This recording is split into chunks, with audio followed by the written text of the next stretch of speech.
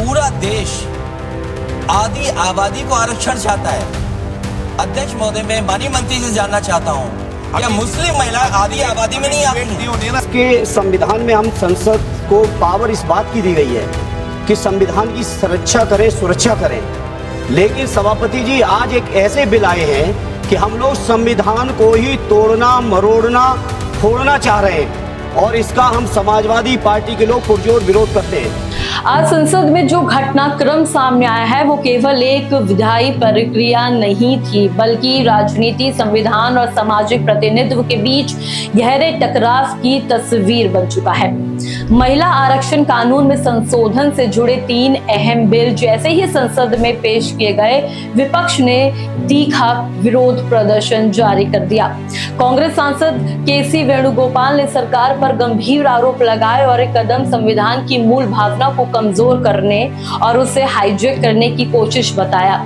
इसके बाद समाजवादी पार्टी के सांसद धर्मेंद्र यादव ने बहस को एक नए आयाम पर ले जाते हुए कहा कि जब तक मुस्लिम महिलाओं को अलग से आरक्षण नहीं दिया जाएगा, तब तक इस कानून का कोई वास्तविक अर्थ नहीं है। नमस्कार, आप देख रहे हैं न्यूज़ आई, मैं हूं आपके साथ काजल चौधरी। इस पर गृह मंत्री अमित शाह ने स्पष्ट और कड़ा रुख अपनाते हुए कहा कि धर्म के आधार पर आरक्षण देना पूरी तरह असंवैधानिक है और इसका कोई इसमें सवाल पैदा नहीं होता। इस बीच सपा प्रमुख अखिलेश यादव ने सरकार को घेरते हुए कहा कि पूरा देश महिलाओं यानी आधी आबादी को आरक्षण देना चाहता है, लेकिन सरकार ये स्पष्ट करे कि मुस्लिम महिलाओं के लिए क्या प्रावधान है। अमित शाह ने इस पर पलटवार करते हुए कहा कि यदि समाजवादी पार्टी वास्तव में मुस्लिम महिलाओं के प्रतिनिधित्व को लेकर गंभीर है तो वो अपने चुनावी टिकट उन्हें दे सकती है, हमें यानी सरकार को कोई आपत्ति नहीं होगी। इस तीखी बहस के बीच बिल के प्रावधानों पर भी ध्यान दिया गया, जिसमें लोकसभा की कुल सीटों की मौजूदगी 543 से बढ़ाकर 850 करने का प्रस्ताव शामिल है। इसमें 815 सीटें राज्यों के लिए और 35 केंद्र शासित प्रदेशों के लिए निर्धारित होंगी, जबकि 273 सीटें महिलाओं के लिए आरक्षित की जाएंगी। हालांकि ये पूरा ढांचा परिसीमन यानी डेलिमिटेशन प्रक्रिया पर आधारित होगा, जो नई जनगणना के आंकड़ों के अनुसार सीटों का पुनर्निर्धारण करेगा। अब यहाँ पर विपक्ष ने एक बहुत बड़ा सवाल खड़ा कर दिया जनगणना को लेकर। अखिलेश यादव ने सरकार से पूछा कि अगर अभी तक जनगणना क्यों नहीं पूरी हुई, ऐसे में इस तरह के बड़े बदलाव कैसे लागू किए जाएंगे, और उन्होंने आरोप लगाया कि सरकार पूरी तरह से धोखे के जरिए इस बिल को ला रही है। अब इसके जवाब में अमित शाह ने कहा कि जनगणना की प्रक्रिया जारी है और सरकार ने जातीय जनगणना का भी निर्णय ले लिया है।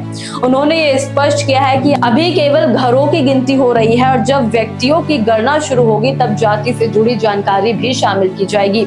अब इस पूरे विवाद के बीच धर्मेंद्र यादव ने तीनों बिलों को वापस लेने की मांग करती है, जबकि AIMIM सांसद असदुद्दीन ओवैसी ने इसे केवल महिला आरक्षण का मुद्दा ना बताते हुए संघीय ढांचे के खिलाफ बताया और खुलकर इसका विरोध किया।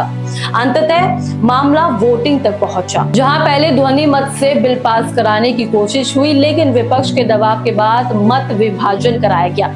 वोटिंग में 207 सदस्य बिल के पक्ष में दिखे और 126 सदस्य विरोध में, जिसके साथ ही ये बिल संसद में तो पारित हो गया, लेकिन इसके साथ ही कई बड़े सवाल खड़े कर गया। क्या ये कानून वास्तव में महिलाओं को सम्मान और प्रभावी प्रतिनिधित्व देगा, या फिर ये आरक्षण के भीतर आरक्षण की कोई नई बहस को जन्म देगा?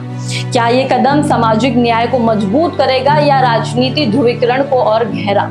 अब आपको क्या लगता है इस खबर पर, हमें कमेंट्स में जरूर बताएं। बाकी ऐसी तमाम अपडेट्स और जानकारी के लिए देखते रहे न्यूज़ आई।